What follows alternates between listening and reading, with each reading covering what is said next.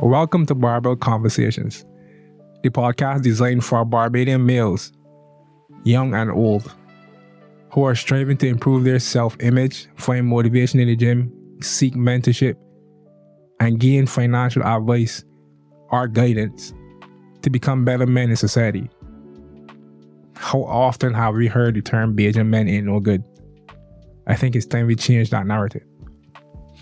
I'm Dwayne, also known as Bearded Breadfruit on social media, as a personal trainer, fitness influencer, and men's physique competitor. Over the 5 years plus of experience that I have, I've seen many young men struggle with these issues. They seek advice and a safe space within the fitness community.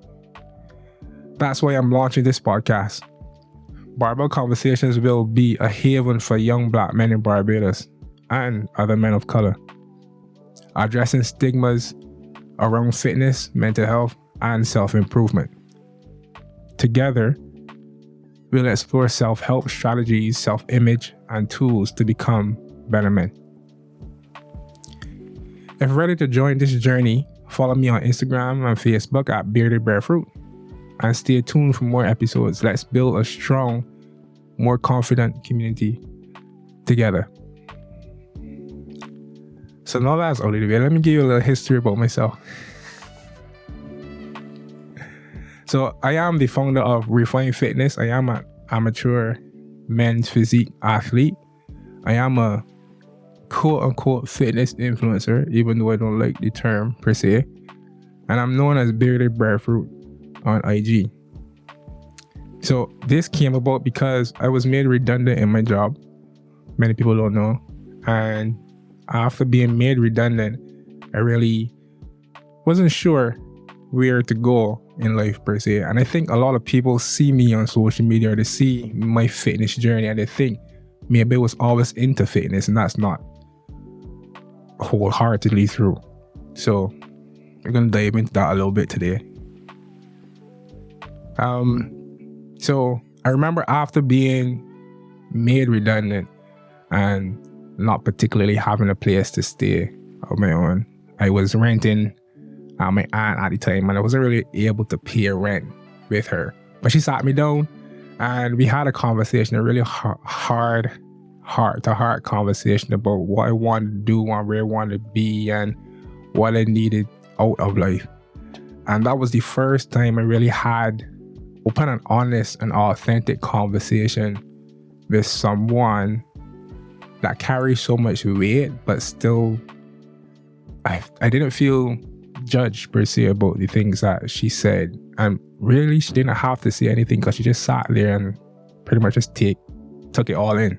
That kind of caused a spiral, right?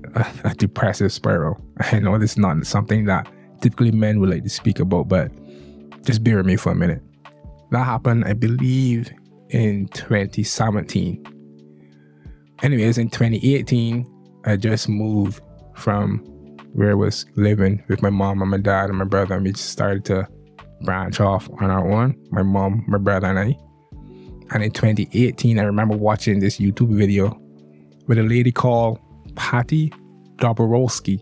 If she ever sees this, I hope I didn't just butcher your name, or hears this. I hope I just didn't butcher your name. But what that video taught me in 2018 was to draw my vision out.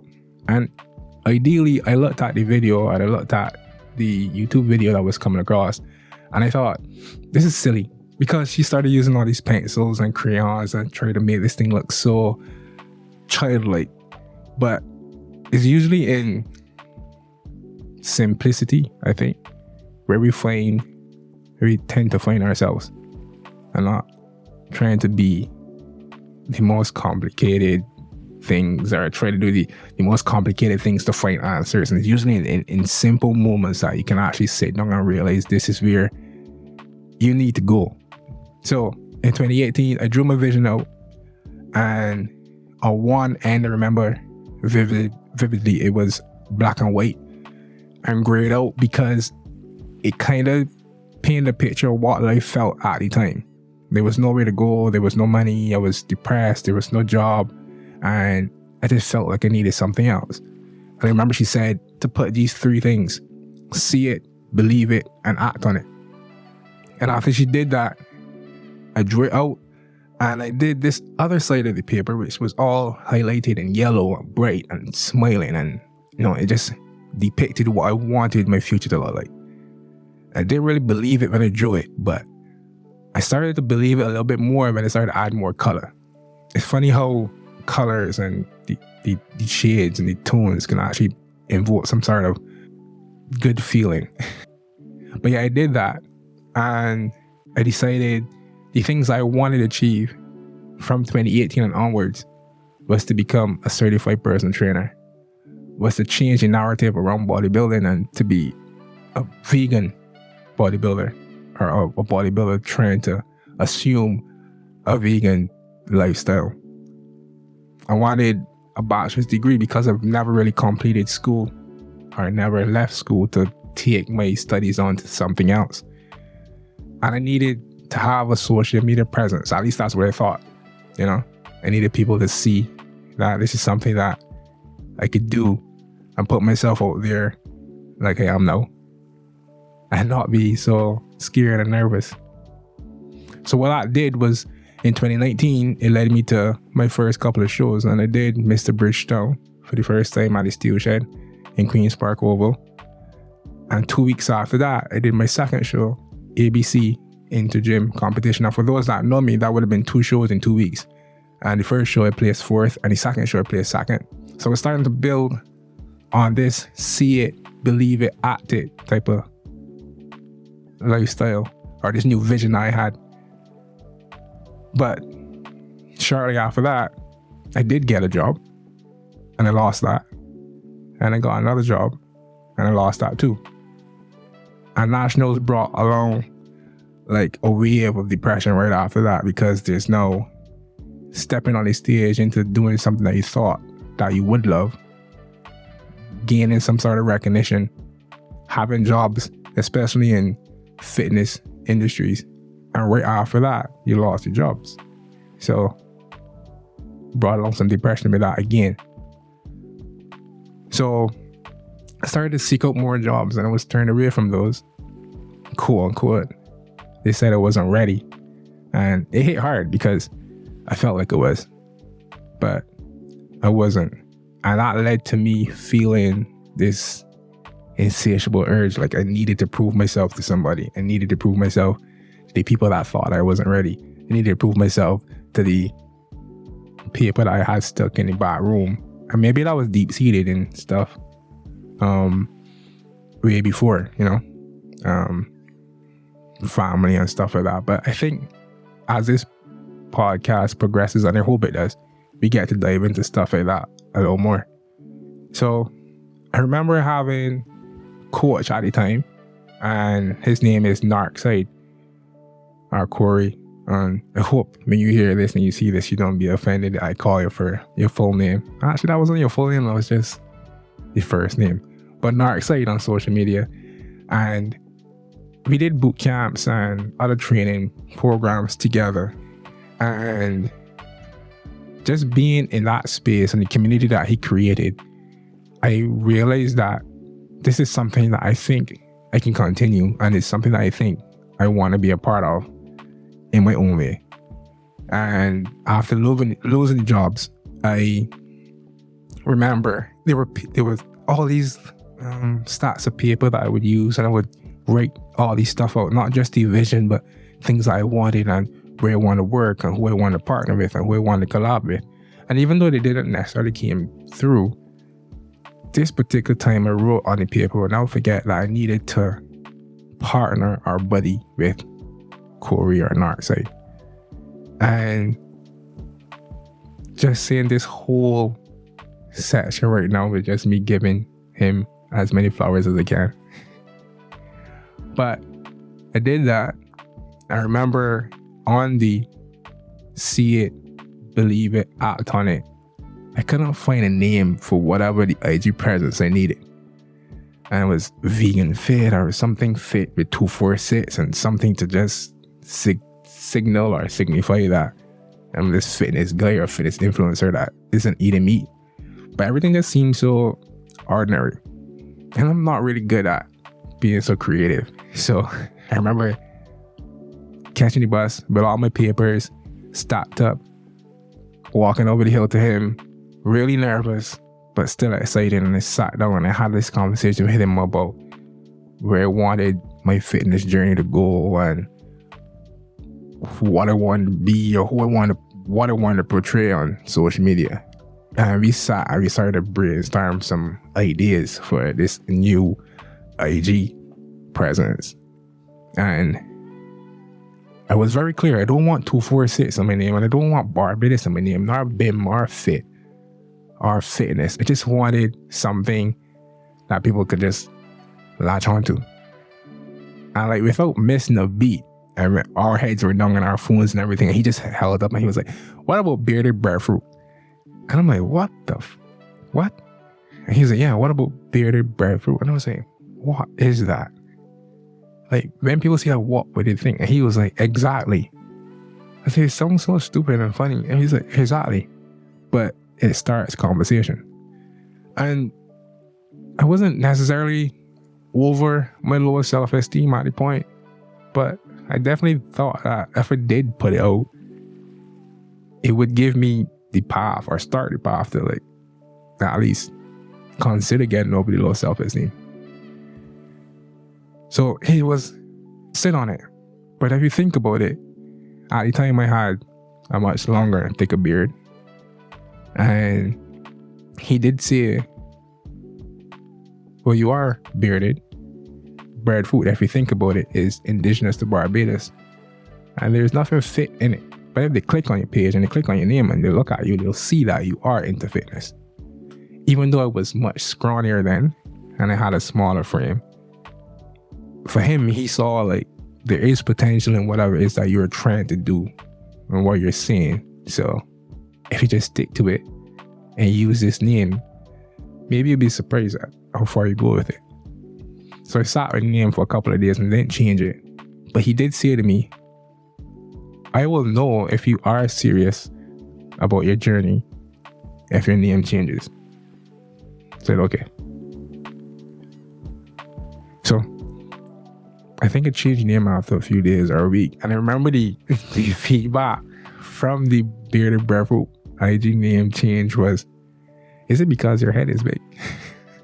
Or is it because like you like breadfruit so much?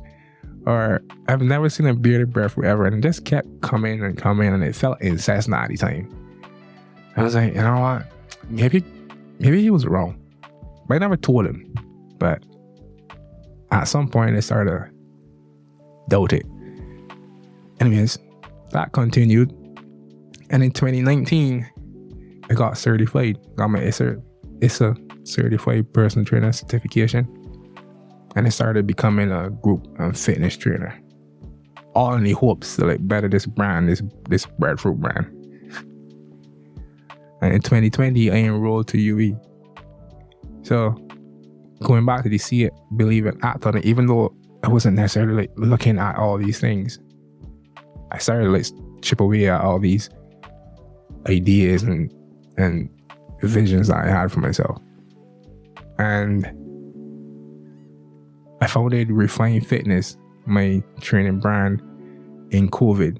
And it's funny because you think about all these things that you did and you look back on it and you realize that within a short space of time, I was able to do all these things, but not really focus on how it, I don't want to say affected me, but where my mind was at the time.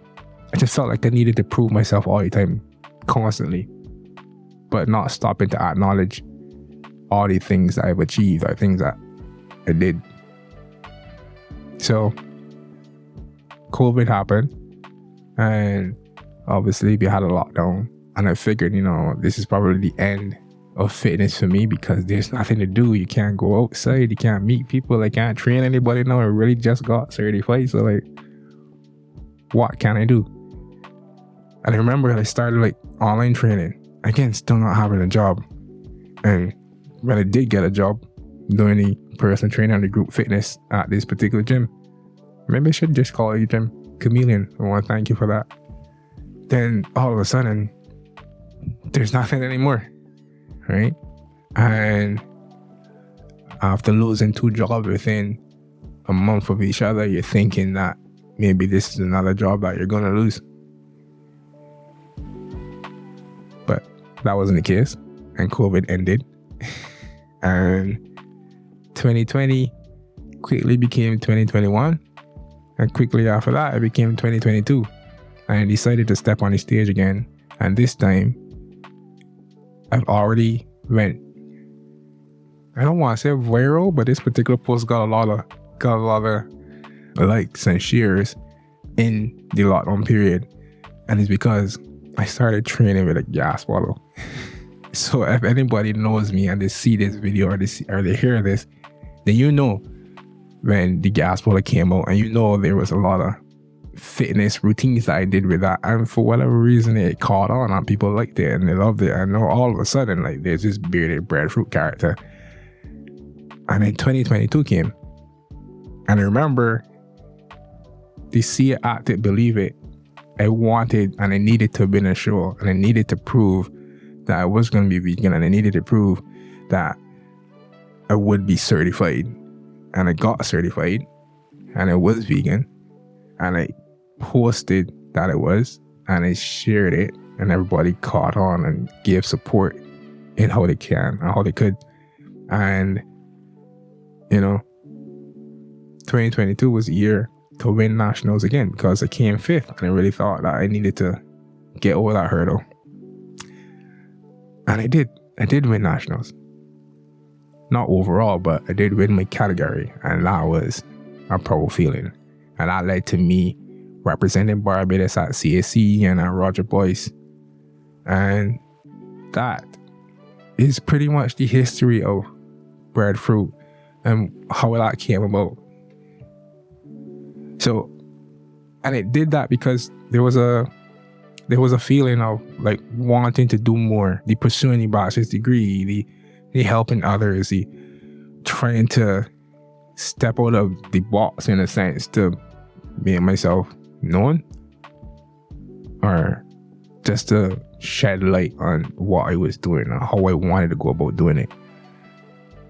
And the reason for this podcast was to show that I wanted to overcome the low self-esteem, and I think it did at some point, but all of these were kind of like ways which I thought I needed, or a path I needed to go through to do that. Like, if I did this, then that will happen, and if I did this will happen, like cause and effect, But that wasn't necessarily the case, because I still found that it was something that I struggled with. But I always had like these greater expectations of things I needed to do and things I needed to get over, and like, if you do this, then that happens. And as many of you congratulated me or complimented me on winning nationals, I think if you really look back at the pictures, if you look at some of the photos I was in, I wasn't typically surprised, nor was I overjoyed about it. And I know this may come as a shock to some people that hear it, but I just thought in the moment, like, now that this is over, well, what else should I do, or what next is there to do? And obviously representing Barbados became like another great expectation of myself, but it wasn't typically one I have for myself, because it wasn't on the board, right? So then I started creating like all these boards after that with all the things I needed to check off, because if I did this, then this will happen. If I check this off, then I may feel better. But I think one aspect of fitness and shows that people don't typically or generally find or join together is the depression that comes after. And again, this came up maybe twice in this episode already, and it was just wave after some of these shows, especially not having a job or knowing that it takes so much out of you, but sometimes gives so little. So there's depression, there's stress, and that leads or that seeps into failed relationships or lost friendships. And you always feel like there's this starting over period, or there's this going broke and having to start again, or, there's always a sense of that. And I think what people don't see is that you see me lifting these heavy weights, or you see me on stage, but you don't necessarily peer that to where he has low self-esteem, or he has depression, or he has stress. And maybe because he's so strong, then he doesn't have these issues. And I think, again, that's another thing that really I would like to highlight in the podcast. Because one thing that I realized after doing the things I've been doing for so long is that typically there is a correlation, in a sense, to physical health and mental health, and whether that may be positive or negative, there is something that should be discussed.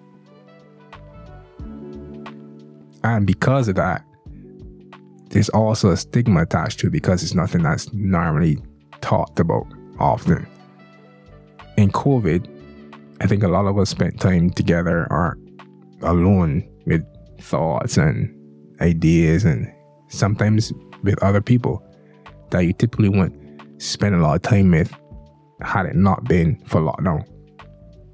And we definitely see that there was a need, or not necessarily a need, but we definitely saw that mental health and those that struggle with it grew more so, because you really don't have anything else but yourself and your mind. And I think it brought more focus into that, and it brought more focus into the way that we viewed mental health and health in general. So much that there was actually an article that came out about the mental health issues that we struggle with during COVID. And in the pandemic, this one report said that clinicians reported seeing more teenagers presenting anxiety and self-harm and feelings of isolation because they were not allowed to go back in school, and lack of access to online learning and stuff like that. It just compounded the problem, because they can't interact socially like they would. So now there's this greater need to focus on mental health, especially among men, and maybe helping or self-help for men. And this is definitely not a podcast or a show where I want to have battle of the sexes, where somebody thinks that my mental health is greater than yours, or of female things. Maybe just speaking of men, but we struggle too, and we all struggle. But I feel recently, just in society, and just based on what we've seen happen to young men in Barbados, maybe it's something that we really need to look at. Maybe it's things that we start to debunk. Maybe these fallacies that usually come up in light of mental health for men and what that looks like. And right now, when recording this is in light of Mental Health Awareness Month, or Movember as we call it. When men start to focus mainly on what they should change and how they should appear and what their appearance is, and not shaving the beard or whatever that may look like for you in November. But I think it goes a lot deeper. I don't want to scare anybody away, but I feel if you start to focus on these and maybe show up as your authentic self, then the conversation is a lot easier to have amongst men and with the people that we tend to spending most of our time with, your partners, your family, your parents, whoever. So what typically does mental health or self-help for men look like? And I think it starts with a lot of things, but maybe just with the external, we should focus on stuff like skincare. I'm not an expert at that. I definitely don't think that my skincare is the best. But if you think about it, and maybe you haven't, but stress shows up externally. And I think one of the first ways to notice that you have something going on in your mind is what your skin looks like. And if you can start targeting that, then I feel maybe you're kind of on the right path. And you don't need to have fancy products. You don't need to have the most expensive thing, but some routine to keep you in touch or in charge of what goes on the outside, then we can start targeting stuff on the inside after. The first thing that people will see is your face. So maybe you get that right, you can get everything else on the inside right too. And diet. Definitely not the best person to talk to about that, because diet, especially when you're a competitor, is so topsy-turvy sometimes. And I think other competitors could understand, but at least we have some understanding of mixing proteins and carbs and all the other things that you would hear thrown out in the fitness society and the community. And again, this is nothing to jab at anybody for, but just focusing on a healthier lifestyle kind of helps too, right? If you look good, you feel good. I think financial literacy is also something that we probably should spend more time or share. Things like saving and investing and planning for the future. And again, it's very boring. Yeah, sure. But what good is it to be all flashy and getting all the latest things? And again, don't take this as a knock to anybody, but let's just think about it, right? The world is changing so rapidly, and if we could just focus on getting those things right, then we start to make a better future, not only for yourselves, but for those that come after you. Other young men, other young women, I feel another part of self-help, apart from just focusing on mental health and anxiety and depression all the time, is also trying to expand or increase your knowledge. Learn a new skill or read a book. Open your mind to just multiple perspectives or understandings.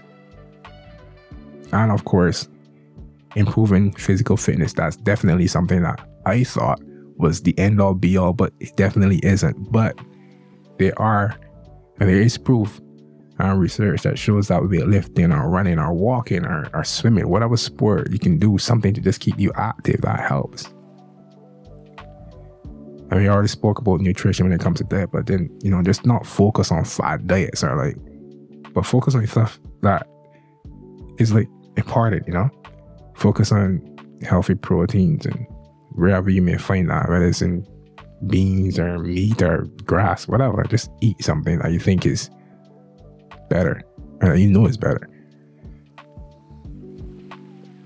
I think something that isn't so obvious is being able to regulate emotions.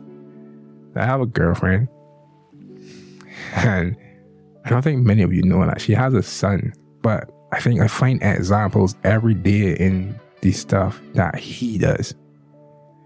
And even though it's not something that I say to her directly, and maybe she knows this because she's here somewhere, but I think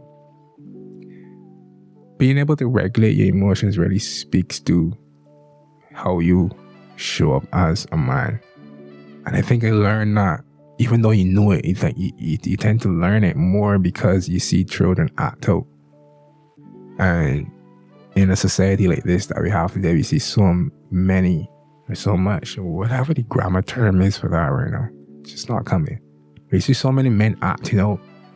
And you would think, maybe if you just had a control on your emotions and how to regulate them or when to show up, and the things that happen probably wouldn't happen.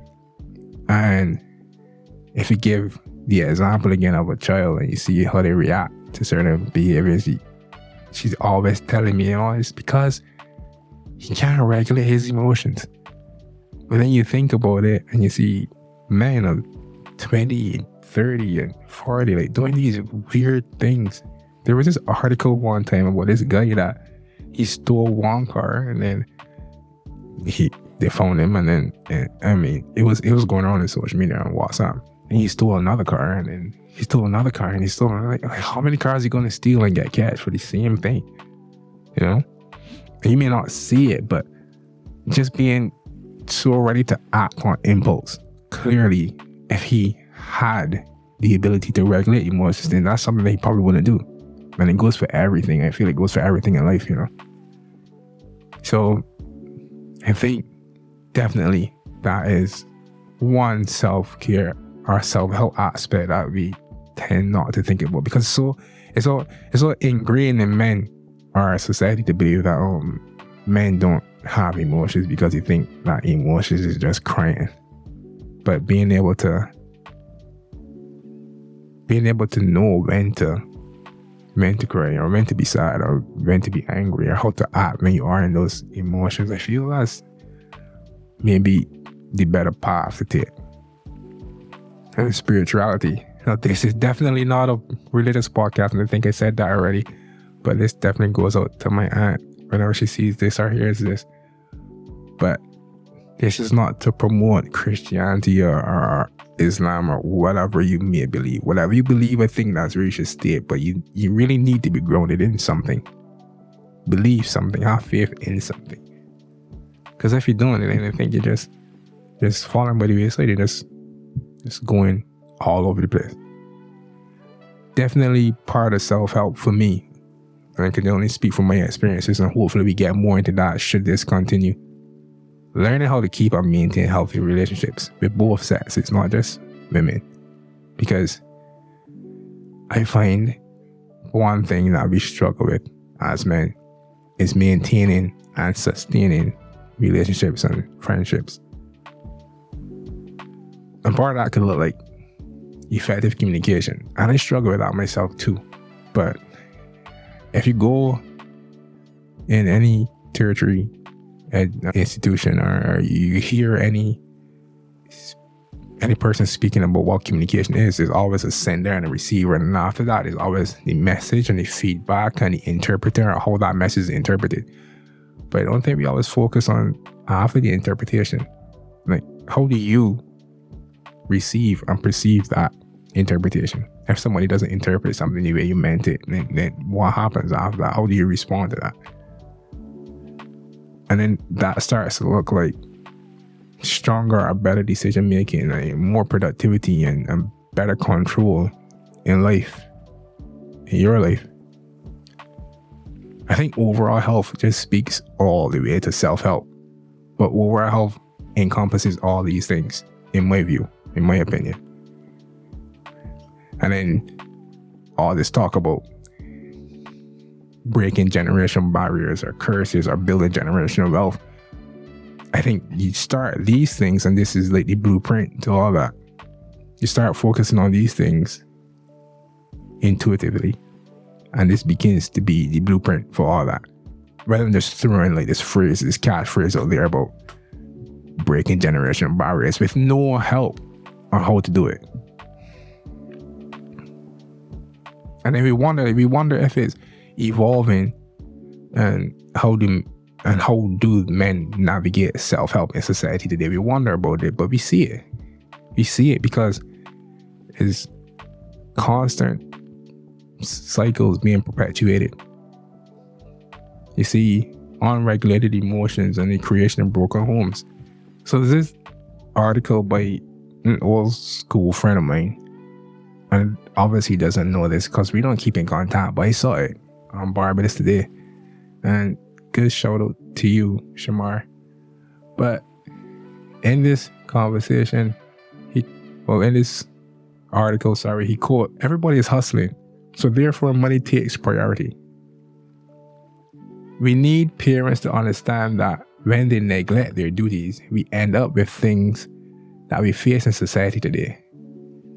Where there is a big gap between what we consider right or wrong." It's funny because everybody speaks about parents need to understand, and we need to do better as a society, and we know but we don't do, and all these things that just come up. But there is the recognition or the acknowledgement of a gap, and I feel like the question should be, how do we bridge the gap? What do we need to bridge the gap? We can talk about the disconnect between the old and the young from now until forever. But how do we bridge the gap? And I think, in my humblest opinion, men need therapy. This might be a controversial topic right now, but any human being, if you have emotions and if you have all these thoughts that you sit with all the time, you need therapy. And you may think that therapy may always look like seeking out a therapist or a psychologist or a psychiatrist if you are dealing with stuff a lot deeper than mental health and depression. But just having a community that gives you honest and sound advice, I think could also be therapeutic. And you may not be ready to jump in to a therapy session or sit on a couch. And I can tell you for sure that as somebody that is currently going through therapy, I definitely didn't want to do it. But being able to get the things from your head to your mouth, that doesn't always sound like word vomit or word salad all the time. You're mixing words and you just don't know how to articulate yourself. It kind of helps. And then you start seeing that you can show up a little different in these relationships, in these friendships, in these community spaces. And I think without trying to pin everything on, society being such a bad place, or maybe that's where we start first.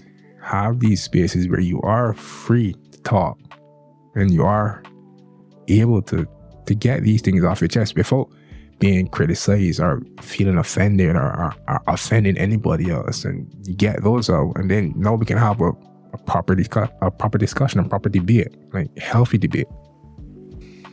I think men need love, and a love that's not unrequited. Like it needs to be, or it needs to feel, and it needs to feel reciprocated. It needs to feel like you can give it and they can get it in return.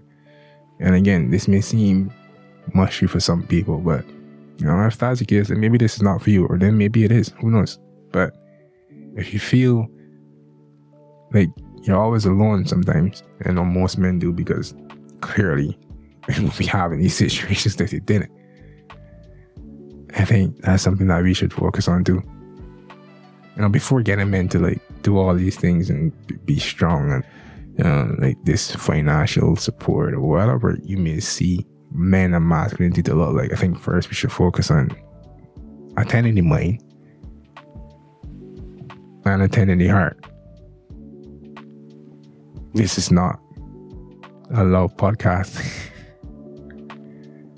But if you think about it, you think about things that make men vulnerable, right? And you think about men being seen as weak or being seen as too emotional because they're too rash to make decisions, or they jump on all these things all the time. What does that turn out to look like? You see it in addiction and self-harm and anxiety and depression, and the list goes on. And the reason I can say this is because I was that guy that battled with the, should I say, drug addiction? It wasn't really drugs, but let's not talk too much about what the addiction was. But you struggle with some form of addiction, and self-harm definitely was something that I struggled with too. And then I led to anxiety and depression. And then people see this character that I created, Bearded Breadfruit, for the lack of a better term, calling myself a character. But now it influences people, but you never saw that side. So if you can tap into being authentically yourself and realize that you may be struggling with anxiety or depression or self-harm or any of these things, then you do understand that there is a need, or there's something that is missing, and that maybe having that space or that haven to talk to, or having somebody that you can go to, that you can speak to, or somebody that can love you.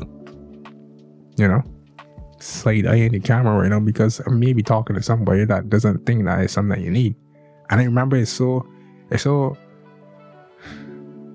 such a stigma that, you bring it up in maybe spaces of the gym and stuff like that, and people really think that the gym in itself is therapy. And I can tell you right now, it is not. So where does that leave us? Because then there's this almost dehumanizing of men that you can see in society, and it's not something that I'm saying that you do per se, but if you look at it, men feel like they aren't worth anything. And if you did think that they felt that way, then we probably would see a difference in numbers in the homicide rates.